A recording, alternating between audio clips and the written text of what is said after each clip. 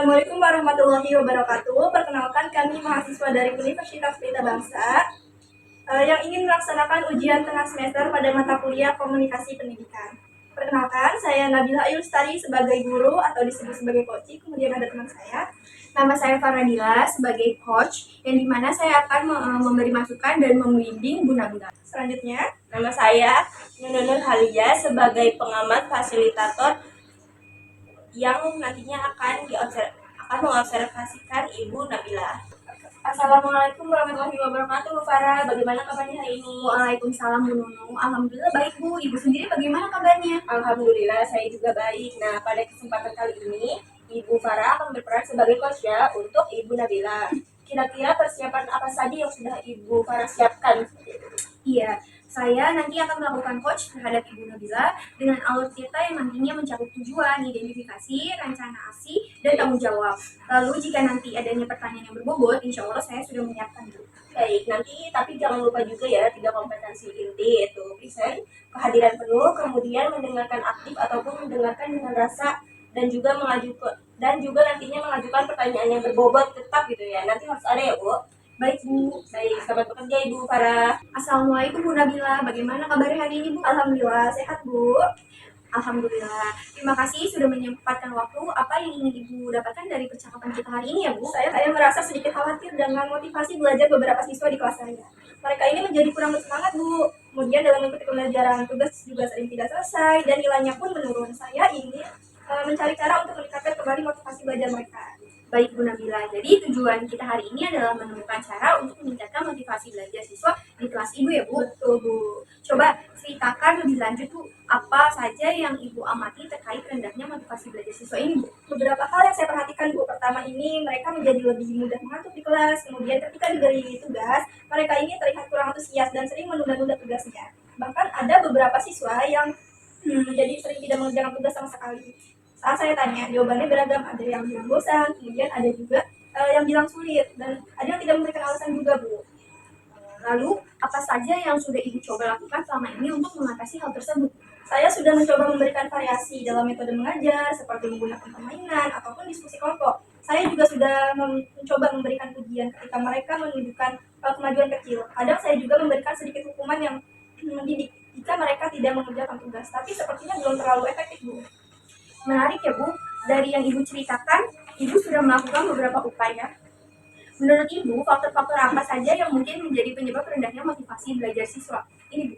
Saya menduga beberapa hal Bu. Mungkin materi pelajarannya terasa sangat monoton ya bagi mereka. Atau mungkin juga ada permasalahan pribadi di rumah yang mempengaruhi semangat mereka. Bisa juga karena mereka merasa kurang tertantang atau justru merasa kesulitan dengan materi yang ada.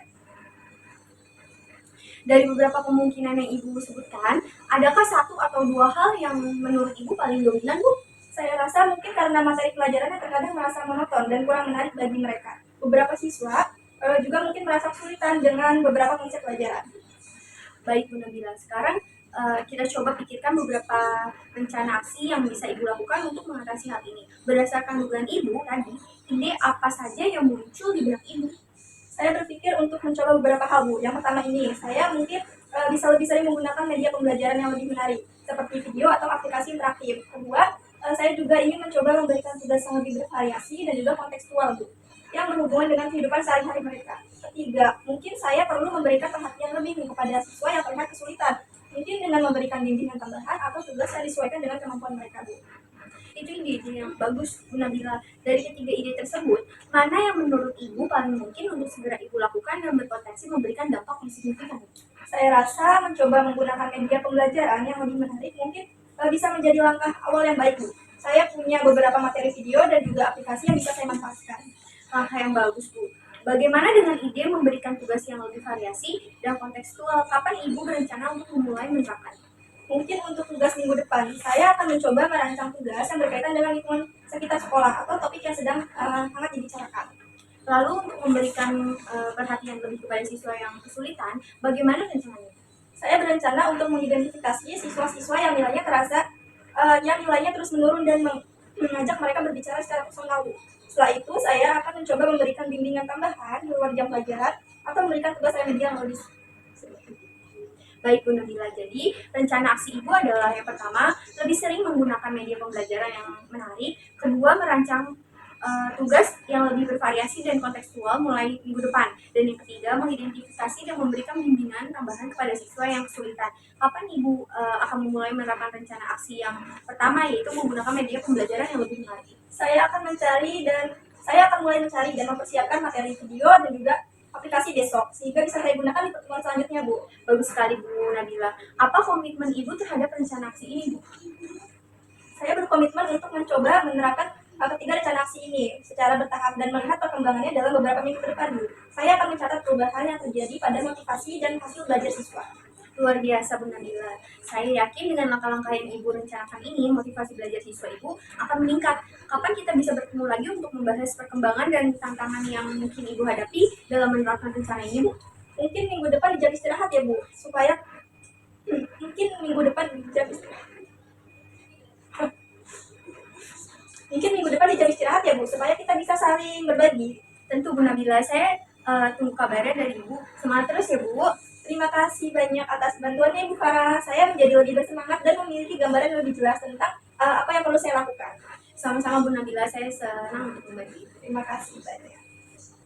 Baik Bu Farah, tadi saya perhatikan luar biasa ya pada saat coaching ini, sangat bagus seperti itu. Dan pada saat titik temu opsi untuk apa saja yang tadi dipermasalahkan pada Ibu Nabila juga secara keseluruhan sudah oke gitu ya Bu. Terutama ada 3 kompetensi ini itu tadi yang saya sebutkan, ada present, kehadiran penuh yang Ibu tunjukkan juga, kemudian Ibu Farah juga mendengarkan aktif gitu dengan menggunakan ada rasa empati yang saya lihat tadi.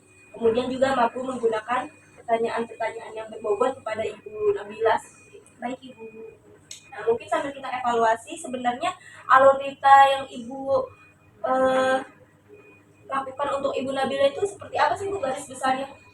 Jadi ketika saya melakukan coaching melalui alur kita, yang memang sesuai dengan alur itu Bu, mulai dari tujuan, kemudian identifikasi, lalu rencana aksi, sama tanggung jawab. Jadi beberapa pertanyaan yang saya tanyakan kepada Bu Nabila ini sama dengan pertanyaan yang berbobot, kemudian lisan saya terhadap coaching kepada Bu Nabila seperti itu Bu. Ya baik-baik, bagus ya. Kalau antara skala 1 sampai 4 saya kasih Ibu Farah ini pada skala 4 gitu Bu, karena luar biasa seperti itu. Terima kasih Bu Nunu. Ya, sama-sama. Mungkin hal ini bukan hanya ini ya, coaching-coaching ini bisa dilakukan terhadap murid gitu ya, rekan kerja, rekan tenaga kependidikan, ataupun lainnya ya Bu. Baik Bu Nunu.